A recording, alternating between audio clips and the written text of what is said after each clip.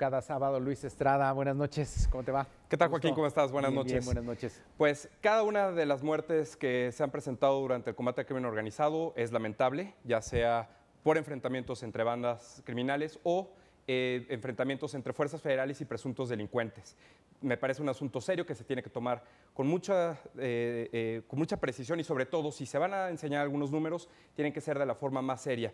Y es precisamente por esto que esta semana, este mes, la revista Nexos publicó un resumen de un trabajo de 3 investigadores, donde presentan un índice que le llaman índice de letalidad. El índice presentado por estos autores dice cuántos muertos en cada enfrentamiento de las fuerzas federales contra presuntos delincuentes, cuántos muertos hay por cada herido en estos enfrentamientos. Y lo que se busca es tratar de entender cuál es el uso de la fuerza en enfrentamientos de los presuntos delincuentes. Y entonces vemos en la gráfica el índice de letalidad. Y por ejemplo tenemos, si hay un enfrentamiento en los que haya 4 muertos y un herido, entonces el índice de letalidad es 4. Este índice de letalidad está tomado o retomado de una investigación de un brasileño, Ignacio Cano, quien trata de comparar el accionar de las fuerzas policiales brasileñas, y esto es muy importante, en relación de muertos y heridos, pero solo dentro y fuera de las favelas, y también compararlo en diferentes estados y demarcaciones, y también entre diferentes grupos étnicos. Y el objetivo de Cano es probar si existen ejecuciones extrajudiciales, imagínate, entre ciertos grupos étnicos y sociodemográficos en Brasil. Por tanto, el objetivo de los investigadores mexicanos dista mucho del objetivo al menos explícitamente, dista mucho del objetivo del investigador brasileño. Y entonces esto lo hace que el índice se muestre incompleto y fuera de contexto. Y vamos a ver un ejemplo de cómo se vería un índice de letalidad incompleto, porque lo único que no están tomando en cuenta los investigadores mexicanos es el número de heridos.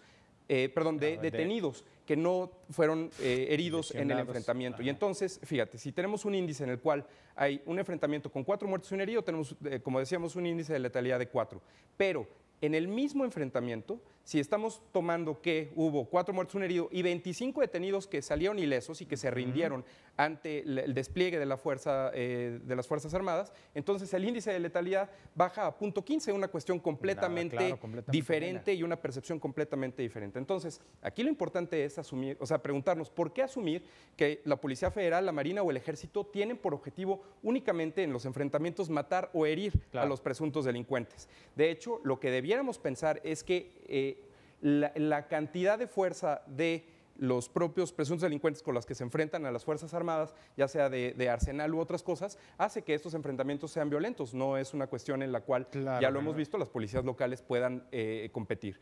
Y de hecho salió publicado que el número de detenidos es prácticamente igual al número de muertos, lo cual hace precisamente que estos índices sean cercanos a 1 y no cercanos a 9 o a 12 como en otras cifras. Entonces, lo que se necesita es observar con cuidado, con mucho detenimiento, y antes de afirmar cualquier situación de este tipo sobre las fuerzas federales en su accionar, y sobre todo ver si vamos a hablar de cosas serias como esta, entonces que se haga bien la investigación y no pongamos o no hagamos conclusiones que no son válidas debido a que no tenemos un índice o una medición que no sea lo suficientemente válida o completa. Claro, dos realidades completamente distintas. Completamente diferentes. Muy bien. Gracias, Luis. Buenas noches. Gracias a ti. Nos vemos, un gusto.